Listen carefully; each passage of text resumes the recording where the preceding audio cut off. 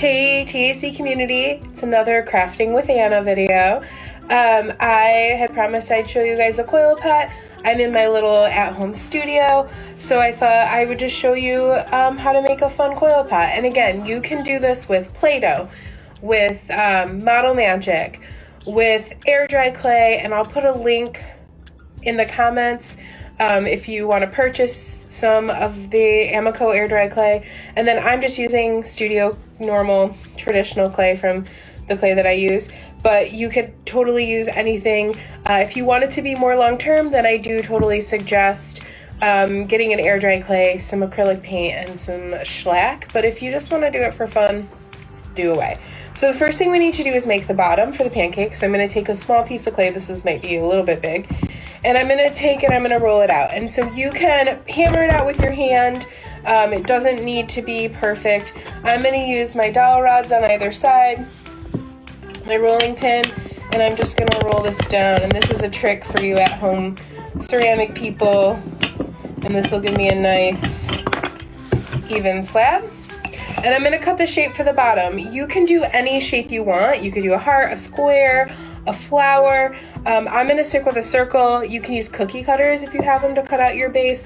I'm just going to trace my tin can I'm using a ceramics needle tool. You could use a shish kebab stick. You could use a butter knife, anything you got lying around. And I'm just going to cut out my shape for the bottom. And you can see it's a perfect circle. And then I can use this extra clay to make my first coil. Coiling is super simple. It's just making a snake. I like to start out by kind of squidging the clay with my hands and making it into kind of this rough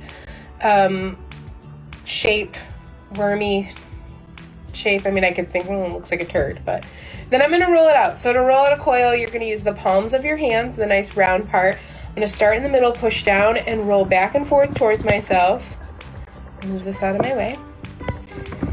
And what I'm looking for is a nice, even, round coil. Now, a lot of times the coils will end up flat, so you can pick them up and twist them, set them back down, and roll them out again. And I'm not pushing really hard. I'm just working from the inside out. And you just want to make some snakes. So you can make a couple ahead of time. Sometimes I start to get in like a groove, and I'll roll out several coils at once.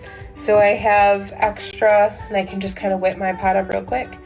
Or you can roll them out as you go. It's totally up to you and how much space you have. Ooh.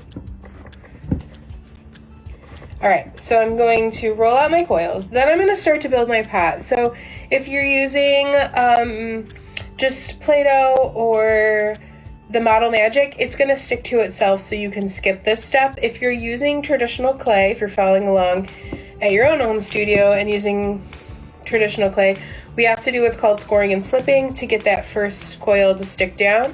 And so to do that, you're going to use a little tool to scratch, because that's the scoring part of it. I have this little scoring tool. I'm going to scratch all the way down my coil, and I'm also going to scratch around my base. And then this would be when you would add your slip. If you have some, I'm just going to use paintbrush and some water just to kind of wet that down. And then you're going to attach your first coil, and I'm going to go right around, you can see the outside of the base. Now this is where you can make some decisions. If you want it to be very straight up and down, you want everything to be even, you can cut your coil at where they meet. If you don't care and you want more freeform, you can keep going around, and I always choose to kind of keep going around. And then you just keep building up. So when you get to where your coil ends, you can take the butt of your next coil, and I overlap them just a little bit and smooth them out, and then you can keep going up.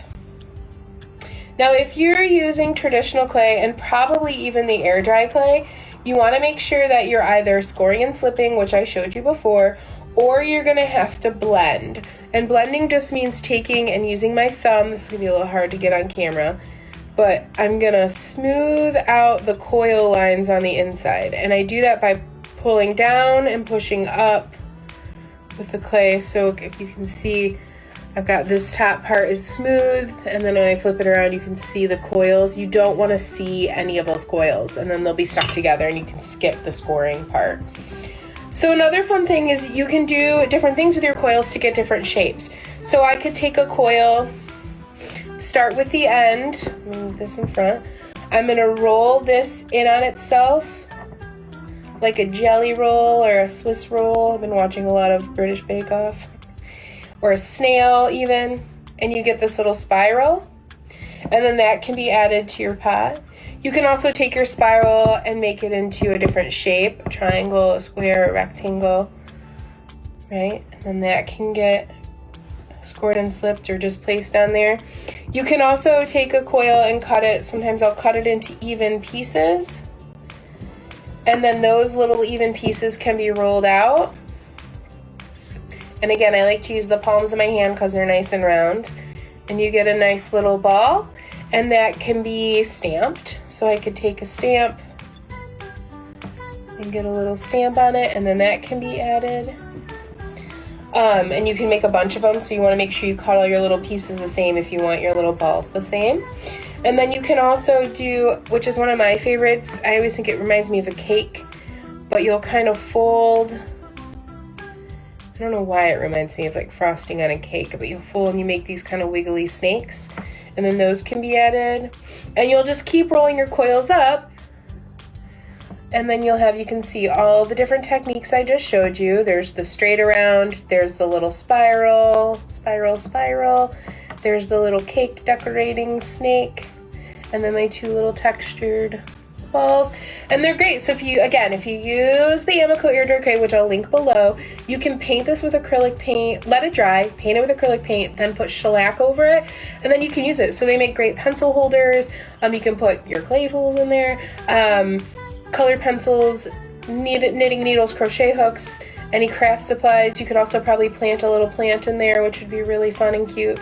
You can make them into faces, you could add decorations, you could put your name on them, you could do all sorts of fun stuff.